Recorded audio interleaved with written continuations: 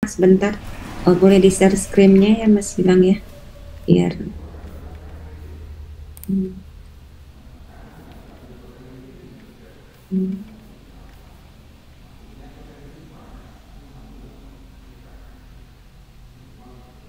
nggak bisa terdetek.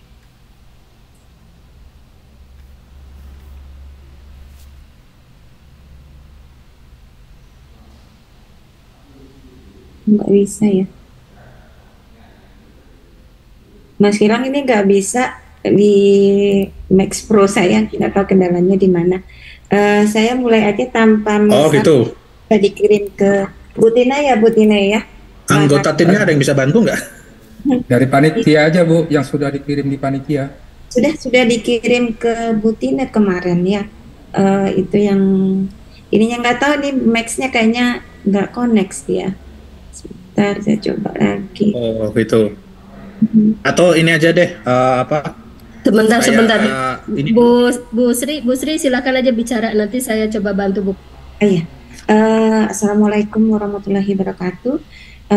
Selamat siang. Terima kasih Bu Tina, Mas Yoka, dan Mas Gilang yang sudah memberikan kesempatan kepada kami dalam Emonet yang terakhir ya Bu Tina ya. Bukan terakhir untuk kita bertemu, mungkin insya Allah nanti kita akan bertemu-temu lagi ya Bu Tina. Sedih ketika Bu Tina ngomong di grup ucapan kata perpisahan. Ya, oke Bu Tina, kebetulan tahun ini kan tahun kemarin ya Bu Tina 2022. Judul penelitian yang kami angkat adalah uang pengganti perkara tindak pidana korupsi, kajian tentang optimalisasi pengembalian kerugian negara. Adapun yang nama-nama yang terlibat dalam tim ini, pertama saya sendiri sebagai koordinator riset, kemudian Ibu Sri Hastuti, kemudian Bapak Hendi Suhendi, Ibu Nini Suparni, Pak Ulang Mangun Sosiawan, dan Ibu Suryaniati Kusumo. Fokus riset kami ini pertama kami melihat gejala dari banyaknya tunggakan uang pengganti yang tidak bisa dieksekusi. Ini berdasarkan data-data yang kami dapat dari Kejaksaan Agung.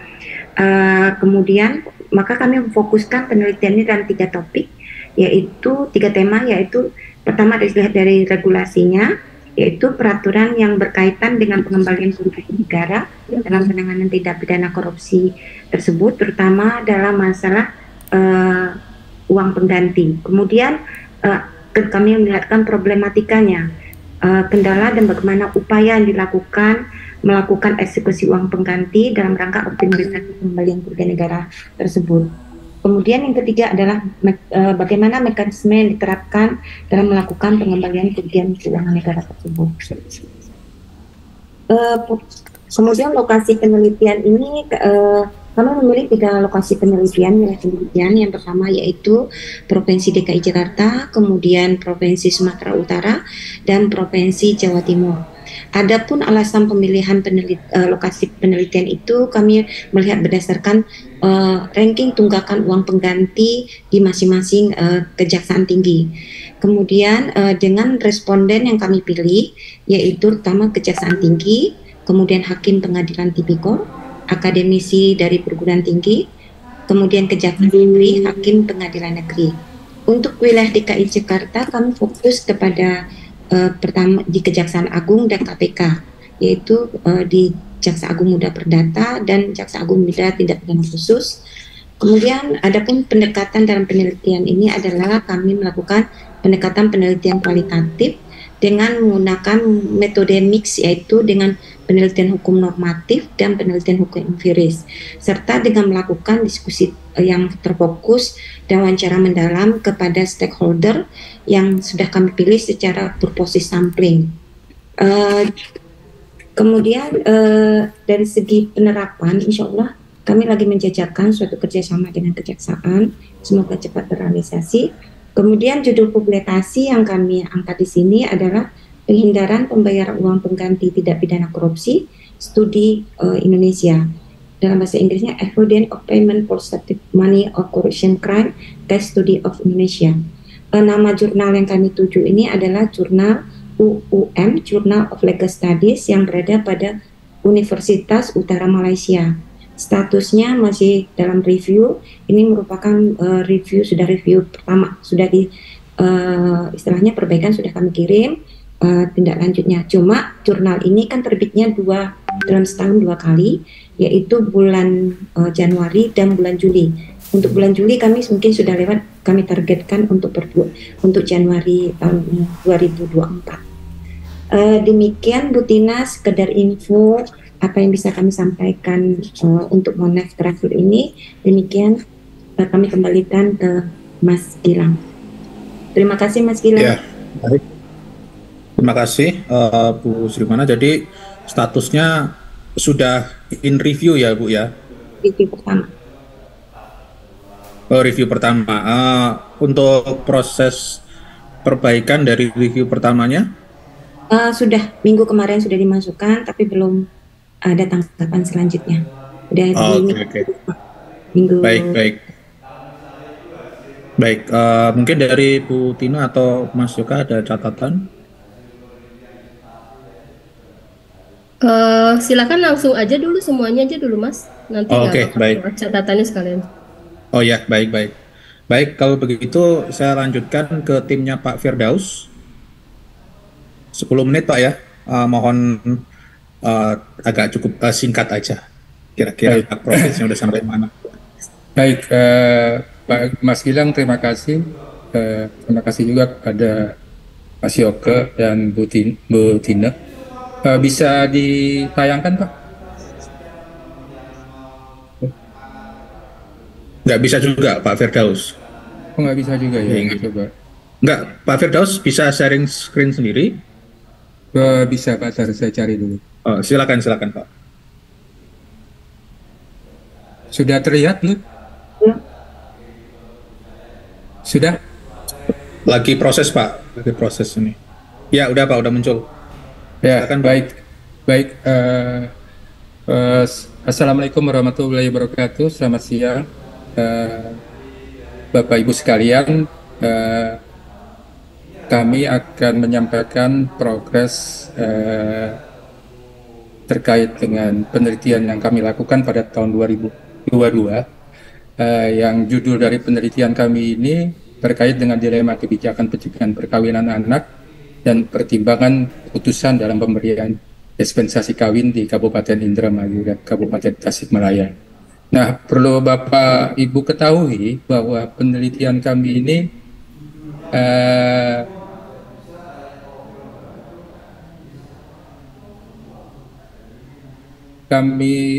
tujuan daripada penelitian yang kami lakukan ini yaitu untuk mengetahui keberadaan kebijakan pencegahan perkawinan anak dan pertimbangan hakim dalam memutuskan pemberian dispensasi perkawinan dan kehidupan sosial masyarakat di Kabupaten Tasikmalaya dan Indramayu. Nah, kemudian untuk metode riset yang kami gunakan di dalam penelitian kami, yang perlu Bapak Ibu ketahui bahwa penelitian ini yang bersifat deskriptif dan menggunakan pendekatan normatif, empiris, serta dianalisa menggunakan analisa kualitatif. Nah, Bapak Ibu sekalian, dalam pengumpulan data ini, data kualitatif melalui data primer, melalui wawancara, mendalam, dan pengamatan, akan dianalisa dengan mengolah data hasil transkrip wawancara, sementara data sekunder melalui studi kepustakaan, desk review. Kemudian tim melakukan telaah dan seleksi yang dikelompokkan berdasarkan tema-tema yang disusun sesuai dengan temuan penelitian. Nah, kemudian Bapak Ibu sekalian, dari penelitian yang kami lakukan ini di 2 kabupaten ini, perlu diketahui hasil daripada penelitian ini menyatakan, karena kami menggunakan teori efektivitas hukum, bahwa efektivitas kebijakan pencegahan perkawinan anak karena berbagai faktor yang menyebabkan saling terkait, mulai dari pemahaman, agama, budaya, lingkungan masyarakat, perjodohan saling cinta dan budaya, globalisasi, dan rendahnya partisipasi pendidikan dan tuntutan ekonomi. Kemudian Bapak Ibu sekalian, belum adanya di dalam temuan kami, hasil riset kami, sinergi yang yang terstruktur dan sistematis dan masif antara pengambil kebijakan dalam merumuskan kebijakan pencegahan perkawinan anak, kemudian juga penetapan putusan dispensasi nikah yang dipertimbangkan oleh hakim karena dikhawatirkan akan terjadi perbuatan yang dilarang oleh agama apabila tidak dinikahkan. Ini yang banyak yang terjadi di dalam temuan penelitian kami dari sisi dispensasi yang dikeluarkan oleh pengadilan agama di dua lokasi tersebut. Nah, akhirnya dari yang kayak saya sampaikan, simpulan dari penelitian ini secara singkat, yang perlu Bapak ketahui bahwa praktek Undang-Undang 16 tahun 2019 tentang perkawinan yang tujuan notabene untuk menurunkan angka perkawinan anak, kami menilai tidak efektif dan memerlukan evaluasi mendalam terhadap dispensasi yang sering dikabulkan oleh catatan persyaratan untuk terpenuhnya dan belum adanya sinergitas antara instansi dan dalam pencegahan perkawinan. Nah, untuk yang terakhir terkait dengan target kinerja kami, dalam pencapaian target kinerja ini, status artikel kami sudah dalam tahap submit. Kemudian juga sudah menghasilkan hasil revisi kedua. Yang pertama ini pada bulan Juni 2022 kami telah melakukan perbaikan dan kami sudah lakukan submit kembali. Kemudian yang kedua di bulan Juli tahun 2022 kami sudah melakukan lagi revisi terkait dengan apa yang diinginkan oleh review editor di jurnal tersebut. Nah, yang jurnal kami tuju ini yang kami sesuaikan dengan skup dan selingkung dari riset kami yang kami anggap ini cocok di International Journal of Law dan Policy and Family. Nah, ini di penerbitnya di Oxford Universitas yang di peneliti telah kami cari bahwa jurnal tersebut bereputasi menengah. Masih ada waktu ya Pak Masilang ya? Nah, ini loncat tadi kami belum sampaikan ini. 3 menit Pak ya? 3 menit ya. Terkait dengan penelitian saya sendiri Firdaus yang kemudian juga ada, ini dari PR Hukum ini ada 3 yang ikut di dalam penelitian ini, yaitu Aditya Rahman Doni, kemudian ada Deden Gumilar Nugraha, kemudian juga kami kolaborasi dengan PR Kependudukan. Di sini ada Ibu Sri Listina Nasution dan Sari Kristiana dari PR Kependudukan. Dan juga kami juga meng-hire dari akademisi yang membantu kami di dalam pembuatan jurnal dan sebagainya, yaitu Rina Sarula, PSD dari Universitas Internasional Batam. Nah, mungkin itu yang kami bisa sampaikan. Kami mohon doanya karena kami dari bulan Juni, Juli, kami startnya untuk pembuatan jurnal internasional ini dari bulan Desember, yang kami kirim bulan Maret, kemudian Juni submit pertama, Juli submit kedua, sampai sekarang belum ada informasi lagi terkait dengan penjelasan jurnal kami, posisinya. Tapi kami berkeyakinan insya Allah dan juga doa dari teman-teman sekalian supaya jurnal kami, walaupun secara target kinerja kami sudah submit ya di dalam target kerja kami yang kami tanda tangan ini tersebut. Namun untuk publish, insya Allah setelah ini mungkin bisa publish. Mungkin itu Mas Gilang yang bisa kami sampaikan kemajuan daripada riset kami yang kami lakukan. Ya, baik. Terima kasih. Assalamualaikum warahmatullahi wabarakatuh. Waalaikumsalam. Terima kasih Pak Firdaus. Berarti sudah proses review dan ini revisi yang kedua yang sudah disubmit ya. Betul, betul. Oke. Baik, selanjutnya saya persilakan untuk timnya Pak Haji Sofanuddin. Apa ada di sini? Sudah. Ada, Pak. Oke, siap. Silakan. 10 menit nggih, Pak. Mungkin itu screen apa share screen-nya Pak Firdaus di stop dulu. Oh iya Pak, stop Baik, share Pak. Izin Mas Gilang dan Bapak Ibu semua, kami dari timnya Mas Haji Sofanuddin. Assalamualaikum warahmatullahi wabarakatuh. Salam sejahtera. Waalaikumsalam warahmatullahi wabarakatuh. Saya Mitul Ebdak mewakili tim. Di sini juga hadir Pak Marzuki dari UIN Araniri Aceh, Pak Mosafi dari Universitas Temanggung, dan saya sendiri dari Universitas Temanggung. Jadi riset kami di Aceh ini sebenarnya sudah menghasilkan beberapa artikel ya. Kami izin share screen ya. Sudah tampak ya? Ya, sudah Pak, sudah. Langsung saja, hasilnya tidak perlu kami paparkan lagi ya. Tapi kami hanya menceritakan atau melaporkan artikel yang sudah ada di beberapa jurnal. Yang pertama, artikel kami sudah terbit di jurnal Ilmiah Islam Futura. Ini terindeks Scopus milik UIN Araniri Aceh. Jadi riset kami dari Aceh ke Aceh gitu kira-kira. Tampak ya. Jadi terbit edisi Agustus ini meskipun belum keluar ini muncul, Pak. Anunya. Oh ya sudah. Ya sudah. Oke. Keluar ya? Iya sudah, sampun. Nah, ini sudah terbit tapi belum keluar PDF-nya. Ini Pak, yang ini Pak di jurnal Islam Futura ini. Nanti bisa ada URL-nya juga, dan ini sudah revisi beberapa kali.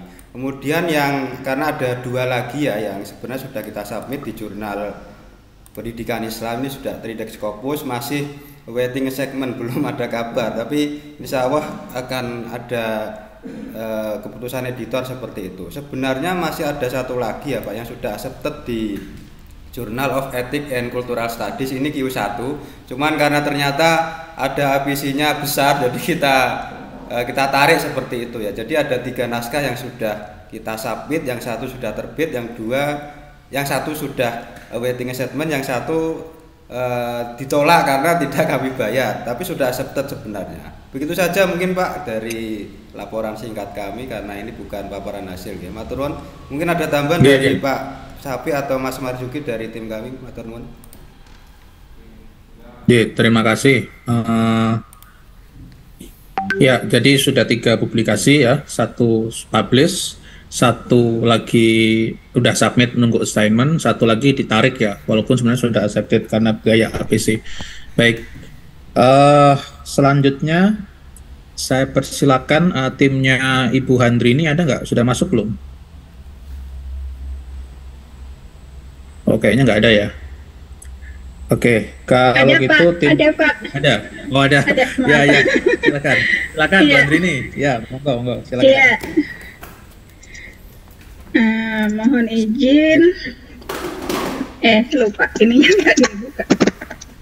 Oke. Izin share screen. Ya, silakan Bu Andrini. Ya. Sebentar. Jadi dari kemana ya?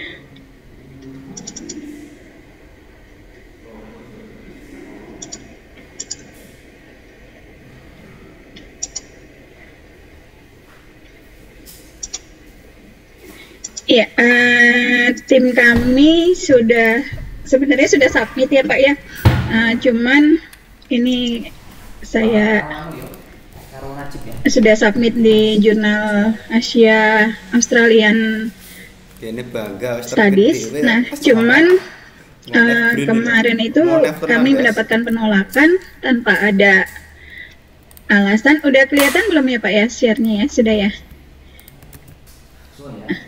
Sudah Bu, sudah. Silakan. Iya, kami tidak ada alasan penolakannya apa. Cuman akhirnya kami discuss sendiri.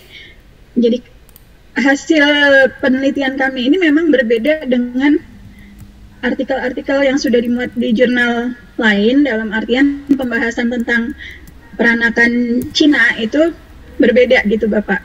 Jadi kalau biasanya itu kan Cina selalu dipandang sebagai minoritas, kemudian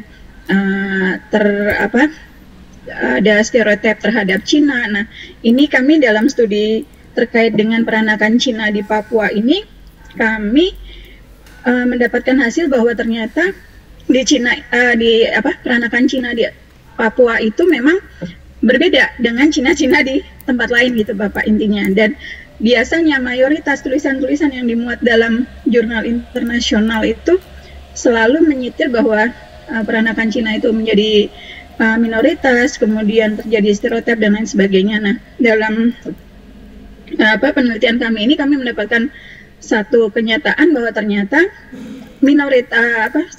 peranakan Cina di Papua itu jadi dia dari dua etnis, kemudian dia menempatkan dirinya sebagai Papua. Jadi hal yang membedakan dari peranakan Cina di tempat lain di Indonesia maupun di dunia lain, maksudnya di tempat-tempat lain di dunia itu, Cina di Papua itu merasa bahwa dirinya itu adalah Papua gitu. Nah, itu yang menjadi angle dari artikel yang kami tulis gitu. Jadi perubahan dari dual kebangsaan menjadi satu kebangsaan, yaitu sebagai bangsa Papua. Nah, ternyata tulisan itu tadinya kami sudah sangat positif gitu ya, tapi ternyata itu mengalami penolakan dan akhirnya sebagai istilahnya review ini ya, kami melakukan analisa terhadap apa sih sebenarnya menjadikan penolakan ini, karena tidak ada alasannya sama sekali gitu kan Bapak ya. Jadi akhirnya kami memutuskan untuk menentukan jurnal lain itu juga melihat dari editornya gitu. Jadi editor boardnya itu kami lihat siapa, dan akhirnya kami memutuskan untuk memilih satu jurnal lain, itu Indonesia Malaysia World, itu dari Taylor and Francis. Kenapa kami memilih ini? Terus terang karena memang editor boardnya itu tidak ada yang dari etnis tertentu gitu kan. Nah, itu salah satu pertimbangan kami. Nah, langkah berikutnya adalah kami akhirnya saya membuat lagi satu tulisan lagi, dan ini masih dalam proses dengan angle yang berbeda, dalam artian mungkin pesek itu memang, jadi ibarat kata sama aja menyatakan, misalnya kita membahas tentang hidung pesek gitu ya Pak ya. Nah ini, tapi pesek ini cantik misalnya seperti itu, peseknya Desi Ratnasari. Jadi intinya sama sebenarnya, tapi saya berusaha menyitir bahwa ini menjadi satu istilahnya kunci sukses gitu. Jadi sebenarnya tidak merubah hasil penelitian yang kami dapatkan, tapi kami merubah pembahasaannya semacam itu. Kami harapkan dengan metode ini, penulisan yang berbeda, jadi kami tidak langsung bilang bahwa fakta A sebagai A, tidak, tapi A itu cantik misalnya seperti itu. Jadi kami berusaha untuk menyusun ulang artikel itu dengan pembahasan yang lebih positif semacam itu, dan ini sedang dalam proses. Untuk yang jurnal yang artikel 1 tetap masuk ke jurnal yang Malaysia itu, tapi untuk artikel yang lain ditulis kembali dengan pembahasan yang lebih positif gitu Bapak. Dan ada kendala lainnya adalah sebenarnya dalam proses review juga yang learning culture and social interaction, hanya memang ada kewajiban yang seperti Bu Tina singgung, ada kewajiban untuk melakukan proofread di Elsevier juga gitu, dan itu ada pembiayaan sebesar 410 US dollar. Sebenarnya nggak terlalu besar mungkin ya, cuman terus terang kami mencoba kalau memang bisa tanpa berbayar sama sekali gitu. Tapi alternatif lainnya jika memang terpaksa mau nggak mau, menurut saya ini juga termasuk make sense ya, karena proofread aja gitu di Elsevier itu gitu. Itu aja Bapak, terima kasih. Ya benar, terus. Ya, baik, terima kasih Bu Handrini. Berarti saya confirm ya, satu sudah disubmit, cuman ternyata ditolak dan sedang disubmit ke jurnal yang lain. Kemudian sedang menyusun dua artikel lain ya, dengan fokus yang berbeda. Oke, baik. Terima kasih Bu Handrini. Selanjutnya saya persilakan timnya Mbak Anissa. Mbak Anissa ada? Anissa Mutiaratri? Ada Mas, ada. Oke, silakan Mbak. Sebentar ya, saya izin share screen.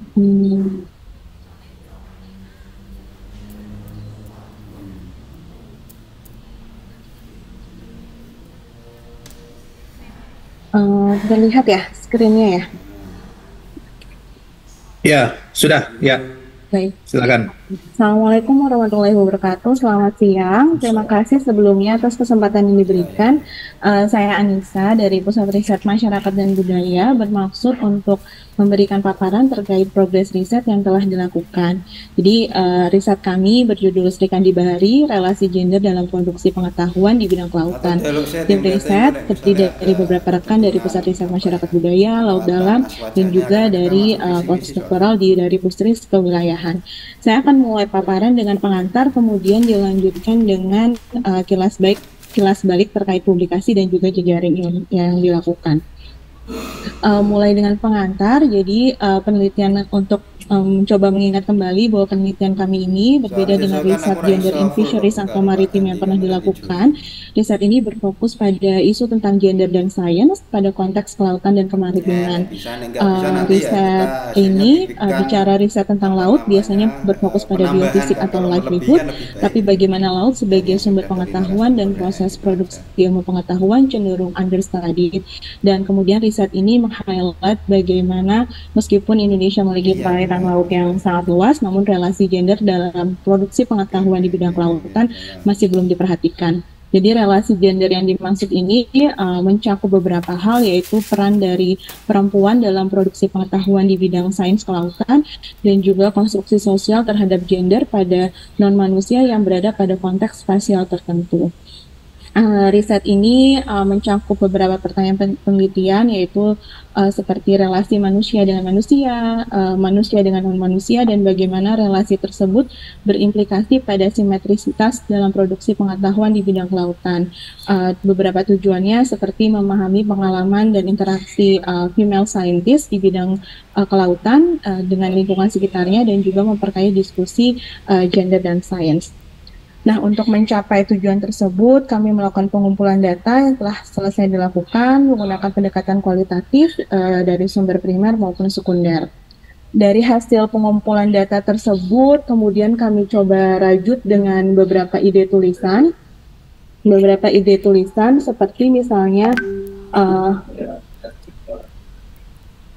ada yang seperti misalnya di awal dari hasil temuan penelitian awal, kami coba membuat misalnya tentang hubungan relasi manusia dengan non manusia, kami coba buat dengan judul The Logic of Attachment Reflection from Sri Kandi Bahari. Ini kami coba submit di Simposium Global Encounter Monash University. Abstrak kami diterima, cuman karena berhalangan dengan waktu fieldwork, jadi kami withdraw saat itu. Kemudian kami sempat submit juga untuk call for abstract terkait isu tentang diversity and inclusion di Ocean Research Journal, tapi di sini sempat ditolak. Kemudian dari hasil ide-ide awal tersebut, kami coba mengemas kembali untuk kami tuliskan melalui Sri Kandi Bahari Gender Relation and Knowledge Production of Marine Science yang kami submit dan masih menunggu tindak lanjutnya di jurnal Intercept. Kemudian kami juga membuat ide tulisan berikutnya dari hasil temuan yang kami lakukan. Jadi ini kami submit di jurnal di sini di Marine di jurnal The History and Philosophy of the Life Science. Jadi kami sudah submit, kemudian kami mendapat feedback kalau misalnya ide ini sudah pas di first stage of the review process gitu, dan ini akan terus berlanjut sampai akhir tahun. Jadi kami sedang fokus di sini saat ini. Kemudian ada salah satu temuan yang juga kami buat tulisan. Jadi kami kan melakukan wawancara dengan banyak female scientist. Nah, ada satu ketertarikan kami fokus pada female taxonomies. Kemudian dari situ kami buat satu tulisan terkait female taxonomies dan bagaimana pengalaman mereka dalam produksi pengetahuan di bidang kelautan. Ini kami coba submit ke Environmental Humanities, tapi kemudian kemudian mereka bilang bahwa belum tepat, dan kemudian mereka merekomendasikan karena jurnal lain di Natural History of Journal. Jadi ini kami akan proses lebih lanjut lagi.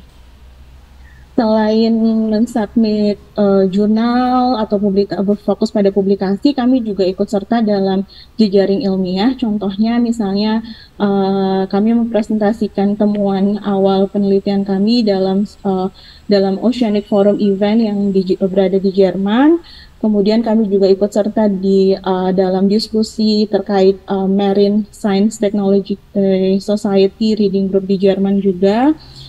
Dan ini yang seperti diketahui bersama bahwa riset kami ini merupakan titik awal atau seed bagi kegiatan ekspedisi Sri Kandi Bahari. Jadi tahun depan diperkirakan bulan Mei atau Juni 2024 Sri Kandi Bahari ini akan berlanjut menjadi Sri Kandi Bahari 2.0 yang kami sebutnya, yaitu berfokus pada ekspedisi dengan menggait jejaring yang lebih luas, misalkan para storyteller, ilmuwan sosial, kelautan, tentang pengalaman produksi pengetahuan di kapal riset yang menjelajahi wilayah Indonesia. Demikian itu update dari kami. Terima kasih banyak atas perhatiannya. Baik, terima kasih Mbak Ratri. Progresnya luar biasa ini. Publikasinya cukup banyak, tapi belum ada yang publish ya Mbak ya? Belum, tapi masih review proses semua. Satu udah di first review. Ya, oke. Berproses mau banyak. Tapi juga bisa membangun jejaring ya sampai National Geographic ini, pembelajaran juga buat kita semua. Baik, selanjutnya timnya Mbak Amelia Agustina, silakan. Ada? Sudah hadir? Baik, Mas. Oke. Silakan. Saya share screen dulu ya, Mas. Spiderman itu. Ya maaf Bu, ininya nggak kebuka Bu. Terblokir screen. Ya, silakan.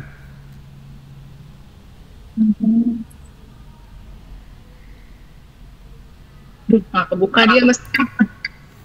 Tunggu ya.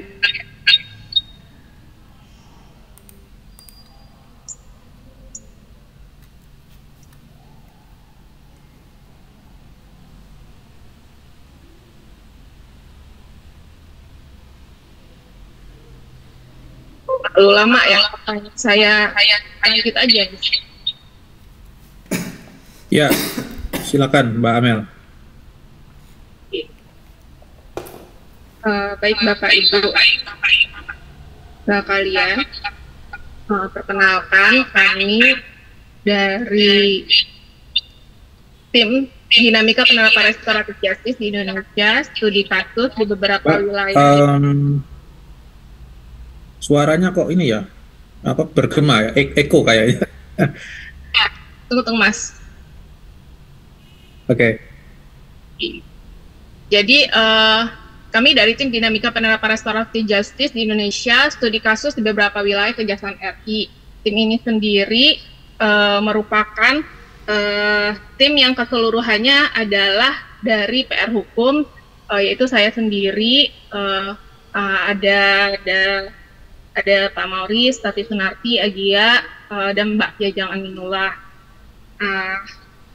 Adapun yang menjadi latar belakang penelitian ini adalah bahwa konsep restoratif justice kembali menjadi hangat dibicarakan di Indonesia sejak disetarakannya oleh Bappenas di dalam RPJMN tahun 2020 sampai 2024 bahwa restoratif justice itu sangat diperlukan dalam solusi dalam over capacity di lapas. Nah, konsep restoratif justice sendiri sebenarnya sudah lama berkembang di dunia luar. Di Indonesia sendiri sebenarnya sudah ada dalam peradilan dalam sistem adat istiadat kita maupun di dalam undang-undang peradilan anak. Nah, penelitian ini sendiri sebenarnya berfokus kepada restoratif justice untuk perkara-perkara di luar anak.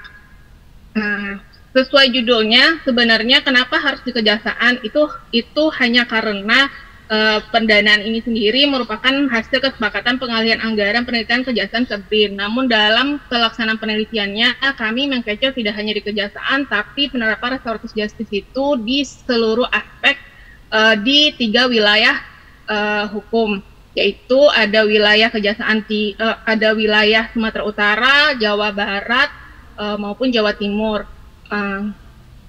Kami melihatnya itu adalah dalam 3 yang menjadi permasalahan, yaitu bagaimana penerapan restoratif justice di Indonesia studi kasus di beberapa wilayah kejaksaan. Dan kemudian adalah bagaimana desain transformasi dari restoratif justice itu sendiri. Responden yang kami sasar adalah seluruh penegak hukum, yaitu mulai dari kepolisian, kejaksaan, Mahkamah Agung, dan maupun dari lembaga pemasyarakatan. Kami juga melibatkan pelaku dan korban yang pernah melakukan proses restoratif justice untuk perkaranya selain perkara anak. Kemudian kami juga melibatkan akademisi dan tokoh masyarakat. Metode penelitian kami sendiri merupakan penelitian yuridis normatif dan yuridis empirik dan dianalisa secara kualitatif. Nah, temuan-temuan yang kami temukan di lapangan yaitu tentu saja karena ini adalah penelitian hukum, maka ada regulation problem di sana, yaitu belum adanya peraturan bersifat nasional mengenai pengaturan restoratif justice untuk kasus-kasus di luar perkara anak. Baru diatur dalam KUHP baru yang mana setelah penelitian ini selesai. Namun belum diatur secara detail juga. Nah, dalam penerapan sistem peradilan pidana tersebut yang biasanya kita gunakan adalah KUHP juga belum mengatur tentang restoratif justice sendiri.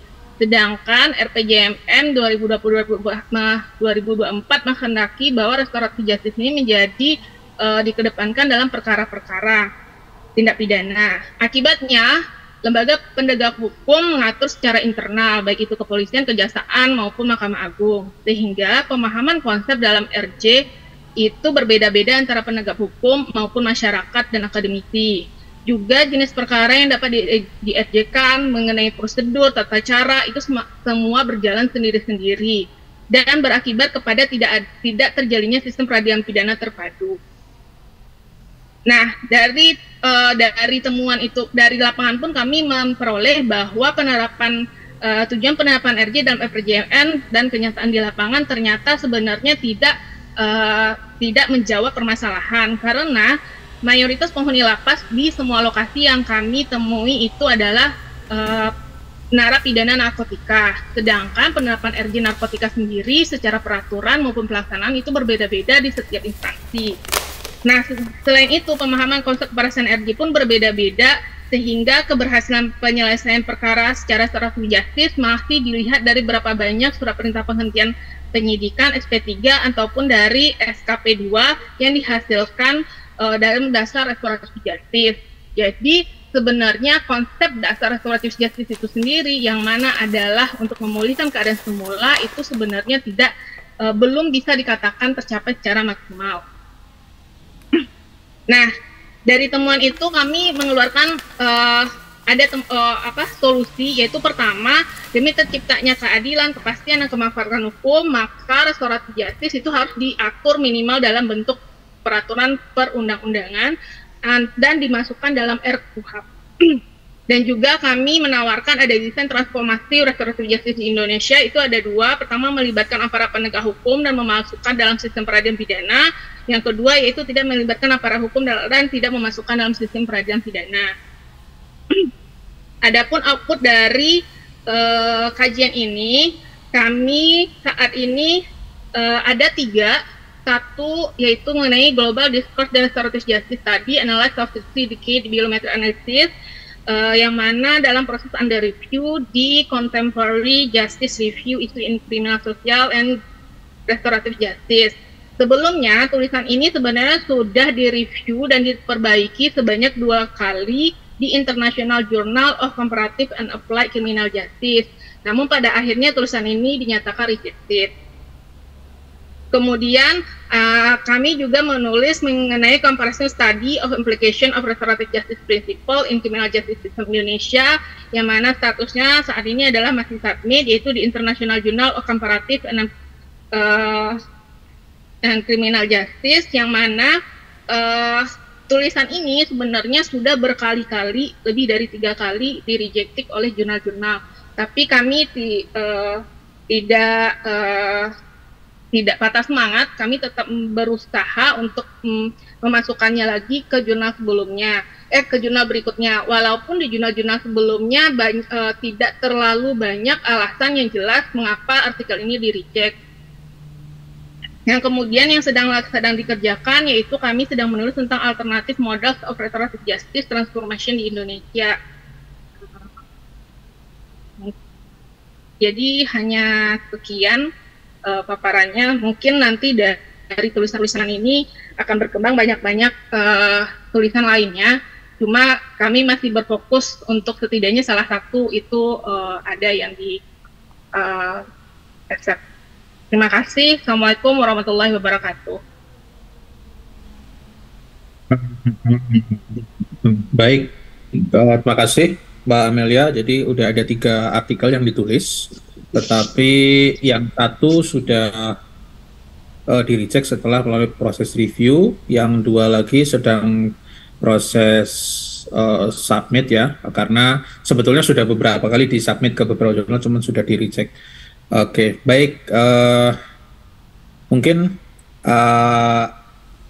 kalau dari catatan saya yang sudah ada yang publish itu hanya dari timnya Pak Aji ya. Tapi pada intinya semua menghasilkan lebih dari 1 output jurnal ya. Kecuali tadi yang dari timnya Pak Firdaus dan timnya Ibu Sri Rumana. 1 dan sedang dua-duanya sedang proses review. Baik, mungkin dari Bu Tina ada catatan? Baik, terima kasih Mas Gilang. Ini saya ada beberapa catatan ya Bapak Ibu, bukan bermaksud mengajari, menggurui, tetapi lebih kepada apa yang saya terima, sharing informasi ya, sharing pengalaman. Tugas saya itu membantu Bapak dan Ibu menghubungkan dengan beberapa informasi gitu. Yang pertama, tadi soal penolakan ya. Memang sayangnya kalau penolakan tidak ada alasan itu agak-agak disayangkan ya sebenarnya, karena dari penolakan itu kan sebenarnya kita bisa belajar tentang catatan-catatan apa yang harus diimprove ya. Itu tuh salah satu review gratis yang bisa kita terima gitu ya. Tetapi gini Bapak Ibu, penolakan itu banyak sekali alasannya dari sisi jurnal ya. Ada kalanya betul bahwa memang kualitas tulisan kita itu belum memenuhi kualifikasi mereka. Tetapi sebenarnya ada juga karena misalnya ya dalam edisi itu ada 2 artikel yang hampir sama gitu.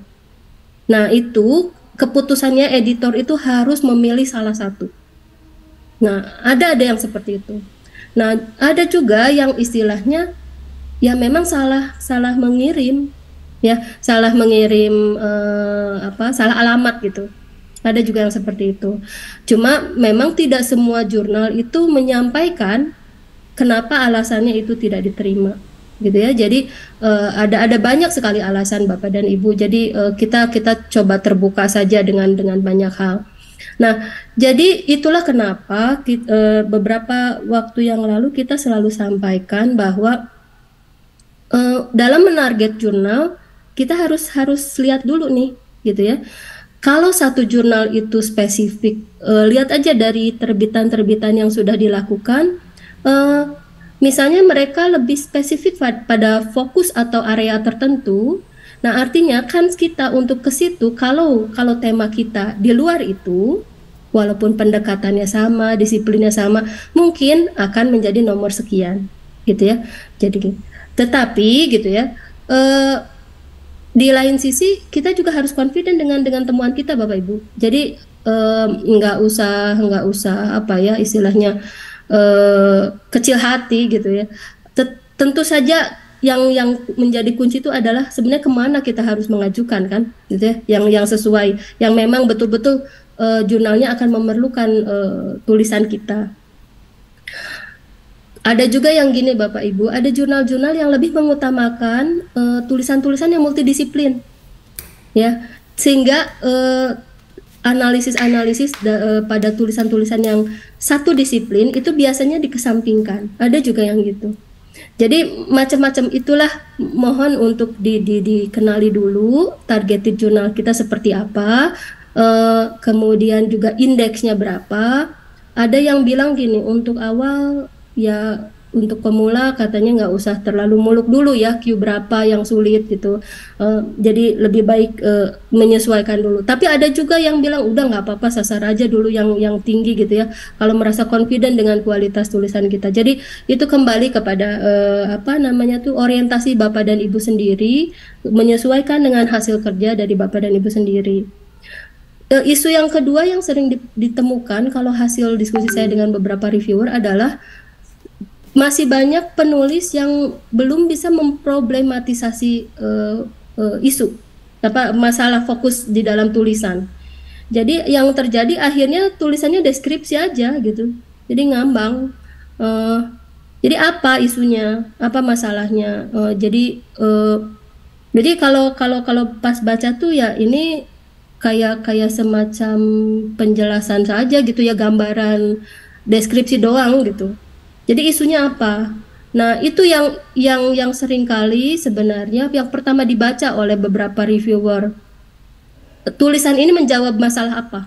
Itu. Jadi straight to the point, langsung ini menjawab persoalan apa? Itu yang harus di-highlight sama Bapak dan Ibu. Isunya apa? Kalau misalnya bisa berangkat dari dampak gitu ya.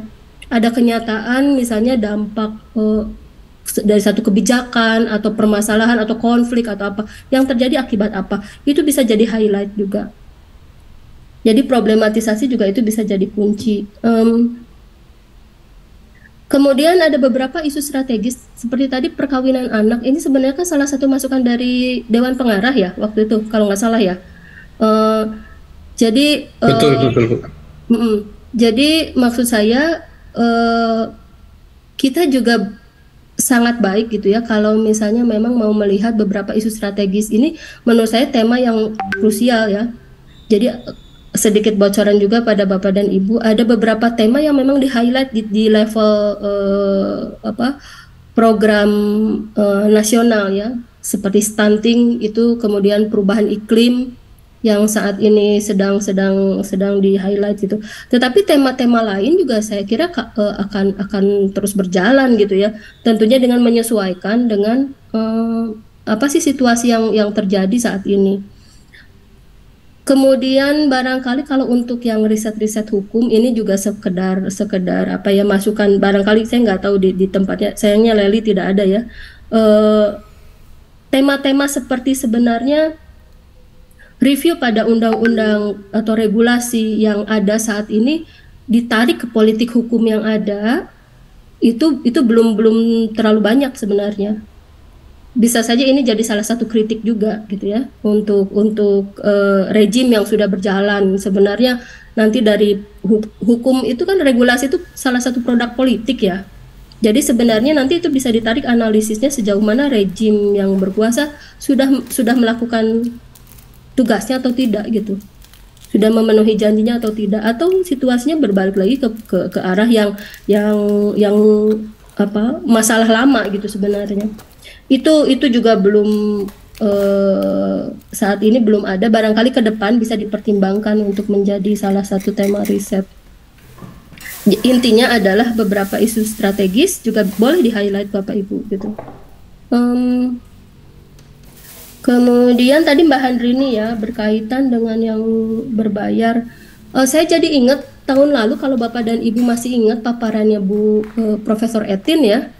Beliau juga pernah tuh mengalami artikelnya bisa diterima, tapi harus ada membayar ya untuk servis tertentu dari jurnal tersebut. Bu Etin waktu itu menawarkan memberikan salah satu tipsnya, dicoba dulu bilang ke jurnalnya bahwa kita tidak punya uang gitu. Dan riset kita dilakukan oleh dalam instansi dan yang istilahnya yang tidak mensupport, tidak ada menyediakan support untuk itu.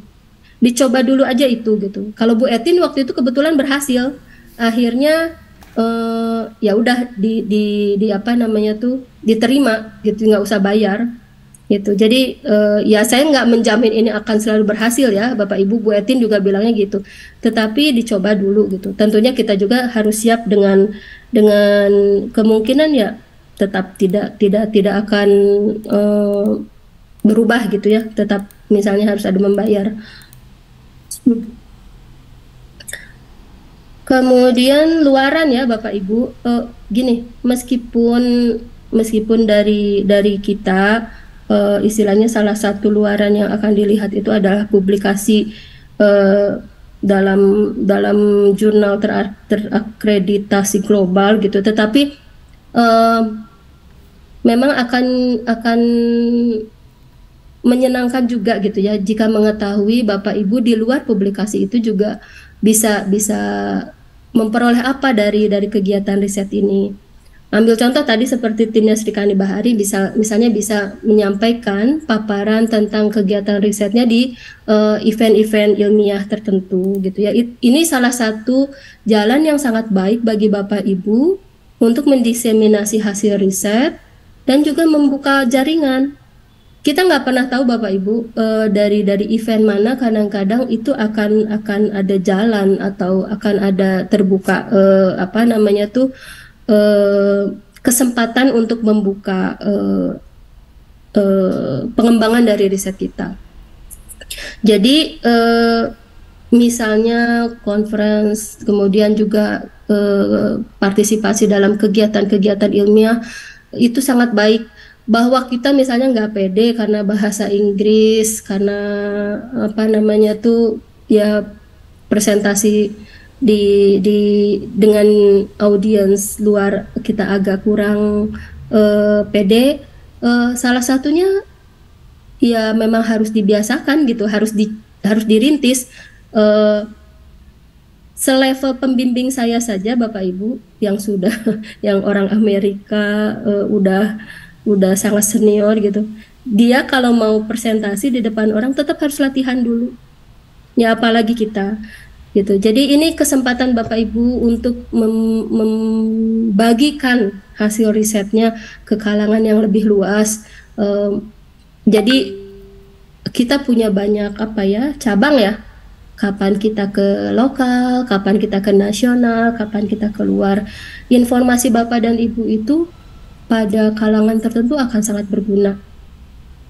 Kemudian tadi untuk Mbak Amel ya khususnya, ini juga bisa jadi contoh untuk Bapak dan Ibu. Temanya Mbak Amel itu dan luarannya, artikelnya itu sangat spesifik hukum ya, gitu. Jadi Bapak Ibu bisa lihat jurnal yang ditarget oleh Mbak Amel dan kawan-kawan itu spesifik hukum. Nah, jadi memang segmented atau tertentu gitu ya, ininya apa namanya tuh media untuk publikasinya.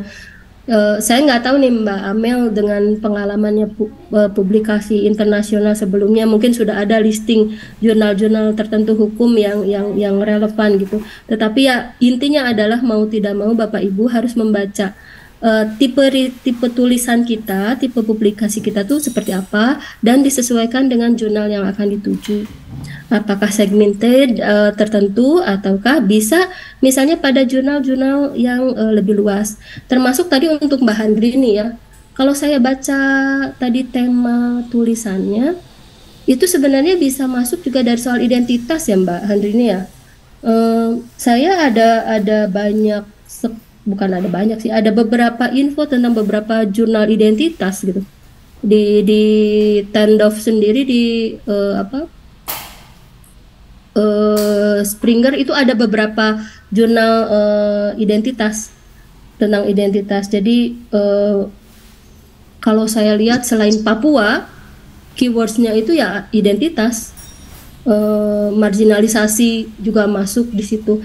Relatif lebih fleksibel kalau saya lihat Mbak Handrini bisa masuk apa namanya tuh di beberapa jurnal. Mudah-mudahan nanti ketemu jurnal yang lebih sesuai ya, yang lebih pas dan bisa menerima. Jadi Bapak Ibu kalau tadi apa ya, ada yang bilang bahwa yang cuma di highlight di Monef itu cuma luaran artikel. Saya kira saya tidak terlalu pas dengan itu ya. Ini kesempatan buat kita sebenarnya juga untuk berbagi dengan rekan-rekan yang lain tentang riset kita, tentang strategi-strategi kita.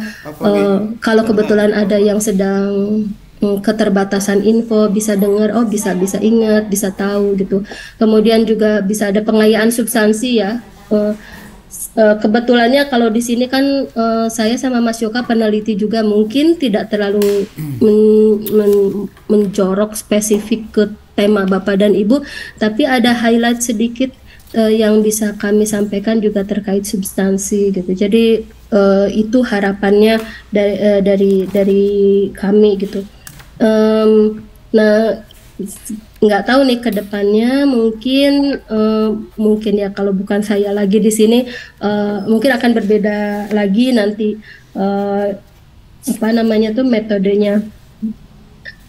Saya tuh ngelihat tim-tim yang ini sangat berterima kasih ya. Jadi kerja kerasnya kelihatan, apa namanya tuh, mudah-mudahan timnya juga cukup solid ya untuk tetap mengerjakan. Saya selalu bilang gini, kalau ketemu pimpinan-pimpinan pas lagi rapat di BRIN atau misalnya dalam kesempatan audiensi, riset itu seperti menanam tipenya.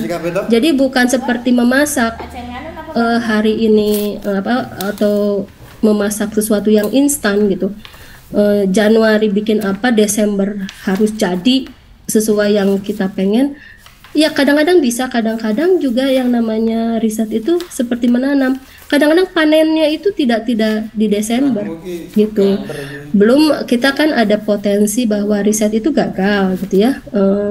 Tetapi kalau dari kita sudah mengusahakan yang terbaik, saya kira yang akan terjadi adalah memanen itu di waktu yang lewat Desember gitu loh. Bahkan mungkin bisa jadi capaian di tahun yang selanjutnya. Dan manfaatnya itu adalah pada Bapak dan Ibu gitu. Dari kita itu menyediakan dukungan sebisanya ya, apa ya, dengan segala keterbatasan kita semua mengetahui ya. Saya nggak pernah apa yang istilahnya tuh tertutup dengan kondisi keterbatasan yang ada saat ini. Jadi harapan saya melalui kegiatan ini Bapak Ibu bisa meloncat, bisa melangkah lebih jauh dari yang sebelumnya. Bahwa saat ini terbatas, tidak cukup. Iya, saya paham. Saya juga istilahnya tuh mengetahui antara keterbatasan dan harapan kita gitu ya. Mudah-mudahan sedikit banyak yang Bapak Ibu peroleh di tahun ini ada manfaatnya untuk Bapak dan Ibu. Barangkali itu saja Mas Gilang, maaf terlalu panjang.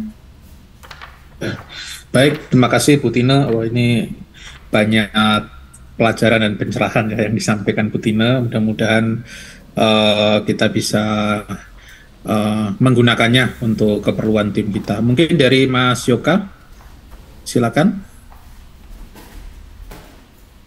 Ya, terima kasih Mas Gilang. Saya tidak akan banyak mengomentari atau tidak akan banyak memberikan saran sebetulnya, karena memang saran dari Bu Tina itu sudah banyak dan perlu kita lakukan sih ya kalau memang mau menghasilkan tujuan yang kita ingin capai. Tapi mungkin saya tadi sudah disampaikan oleh Bu Tina juga bahwa walaupun kami di manajemen atau di pengelolaan atau kesekretariatan gitu ya, saya sangat menikmati sekali apa yang sudah disampaikan oleh Bapak Ibu semua gitu ya. Maksudnya paparan baik dari tadi pagi hingga siang ini, saya melihat progres itu adalah proses-proses kita semua dalam menghasilkan sebuah output gitu.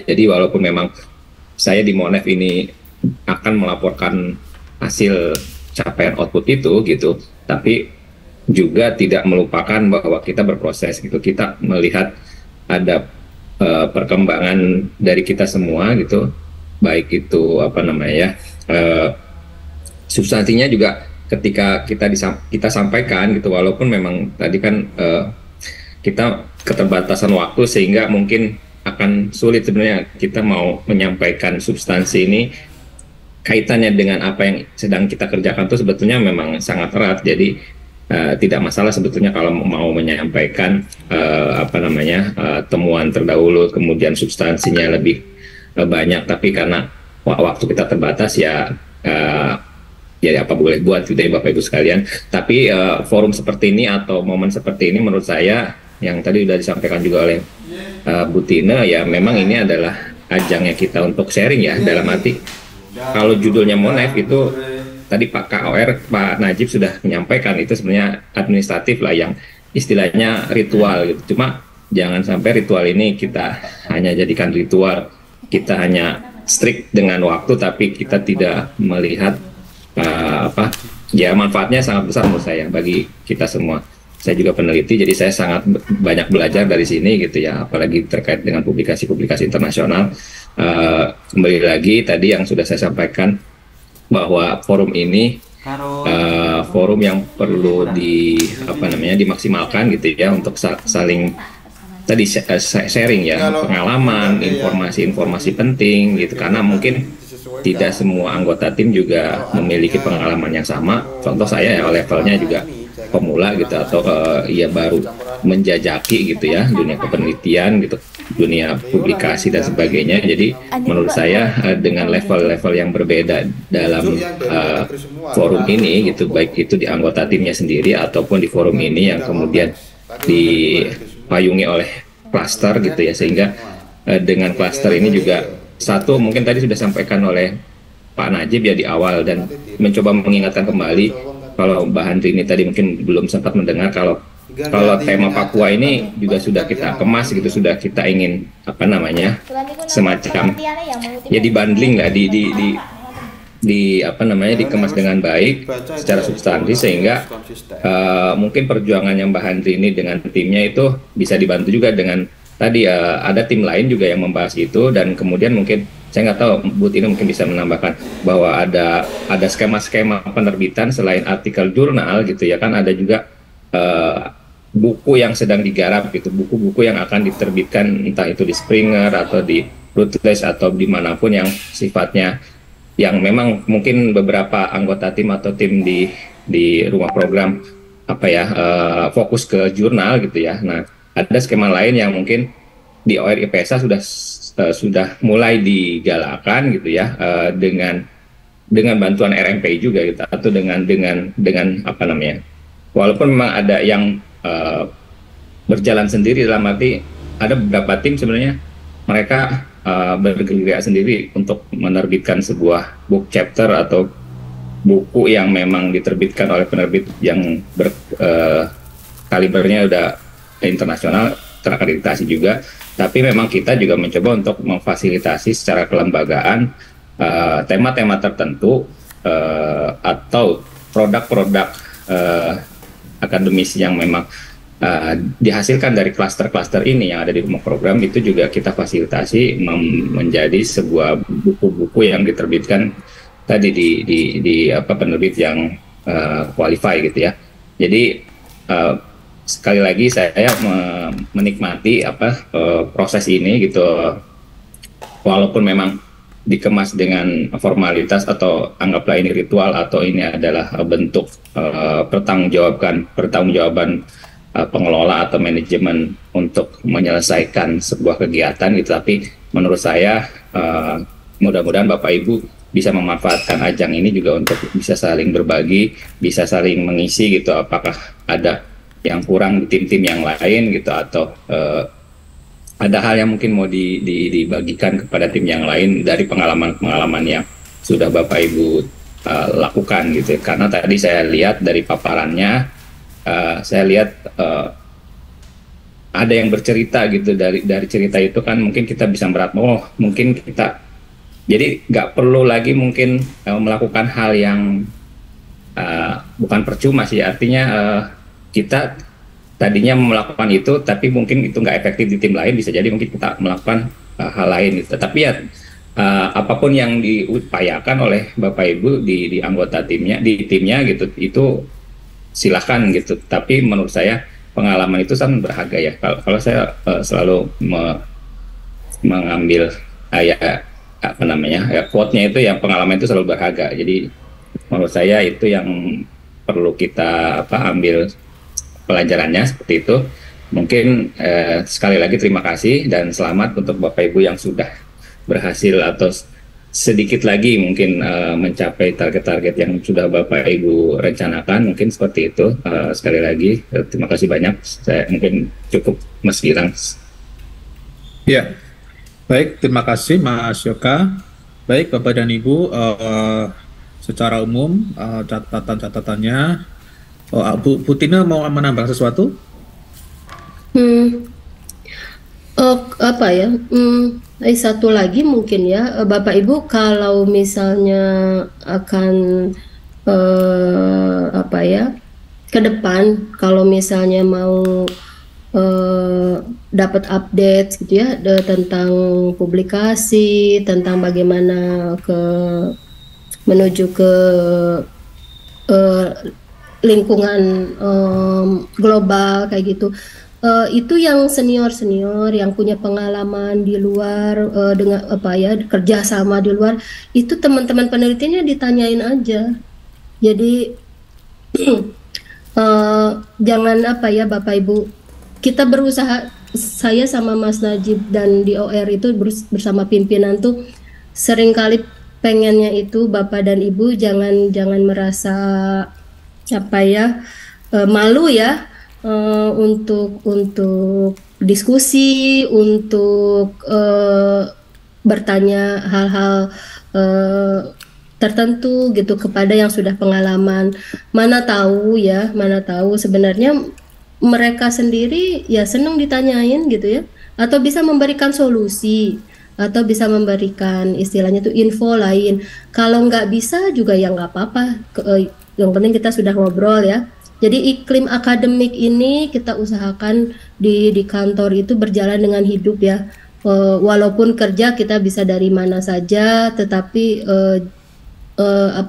komunikasi dan relasi dalam lingkungan periset itu sebisa mungkin tetap hidup gitu. Ini kenapa kami perlu tekankan, karena salah satu dari situasi transisi adalah bagaimana kita menciptakan situasi yang kondusif ya untuk kerja. Iya sih kerja ya bisa WFA ya, bisa dari mana saja. Tetapi sekali lagi relasi ilmiah saat ini sangat penting. Bapak Ibu bisa mendapat banyak sekali keuntungan dari jejaring yang baik gitu. Kedepannya ini manfaatnya untuk Bapak dan Ibu gitu, jadi sangat-sangat berguna. Termasuk itu mungkin ditanyain tuh PJ Clusternya, Bu Leli itu pengalamannya banyak banget, bisa nanti diskusi sama Bu Leli, misalnya tanya-tanya lewat Mas Gilang juga bisa tuh. Ya baik, terima kasih Bu Tina dan Mas Yoka untuk masukan-masukannya. Terima kasih dan selamat untuk Bapak Ibu semua ya. Pada umumnya kita sudah secara umum di klaster ini secara umum sudah menyelesaikan satu kewajiban minimumnya, yaitu adanya artikel ilmiah sebagai output. Namun demikian seperti tadi disampaikan Bu Tina, kita boleh kok mengembangkan output itu ke dalam bentuk-bentuk yang lain ya, misalnya tadi seperti dari timnya Mbak Ratri itu dikembangkan dalam bentuk-bentuk misalnya untuk conference dan lain sebagainya ya. Karena terus tadi juga disampaikan Bu Tina, ada banyak hal Bapak Ibu, kita sebagai peneliti tugas kita itu ya terus belajar ya, salah satunya itu termasuk tadi Bu Tina sudah menyampaikan, seperti juga sering saya sampaikan kalau untuk Bapak Ibu yang di PR Hukum mungkin Bapak Ibu yang ada di BRIN ini banyak yang bersedia menjadi untuk memberikan berbagi pengalaman atau ilmunya. Itu yang kita bisa apa namanya, sebetulnya bisa komunikasikan. Jadi saya sudah sering, termasuk ya baik lewat Ibu Laili mungkin, atau mungkin mau bertanya dengan senior-senior yang lain yang sudah punya pengalaman, ya kita bisa mengambil pengalaman orang lain ya, karena tentu dengan ada di BRIN ini kita juga terbentuk atau terpapar pada berbagai budaya ilmiah yang baru. Jadi Bapak Ibu, mohon maaf juga dari Ibu Laili tidak bisa hadir karena beliau sedang di lapangan ya. Kebetulan juga tadi saya WA beliau juga, beliaunya sedang melakukan wawancara, jadi memang tidak bisa menemani kita di sini. Saya mewakili Ibu Laili di klaster 3. Kami berterima kasih dan kami mohon maaf apabila mungkin ada proses fasilitasi atau pelayanan atau mungkin menjawab dari pertanyaan Bapak Ibu yang kurang berkenan dalam berbagai proses komunikasi ya. Mohon maaf, dan mudah-mudahan nanti di sini kita bisa menyelesaikan semua tanggung jawab kita bersama-sama, kita bisa menyelesaikan pekerjaan-pekerjaan ini, dan mudah-mudahan bermanfaat serta bisa menjadi peningkatan dari kapasitas dan kualitas diri kita semua. Terima kasih Bapak dan Ibu. Saya pikir demikian untuk sesi monitoring dan evaluasi kita pada sore ini ya. Selanjutnya saya kembalikan kepada panitia penyelenggara. Demikian, selamat sore. Wassalamualaikum warahmatullahi wabarakatuh. Langsung ditutup atau gimana ini? Terima kasih. Iya, langsung aja Mas ya. Terima kasih banyak Bapak. Ya. Terima kasih Mbak Tina, Mas Yoka, Mas dan teman-teman semuanya. Izin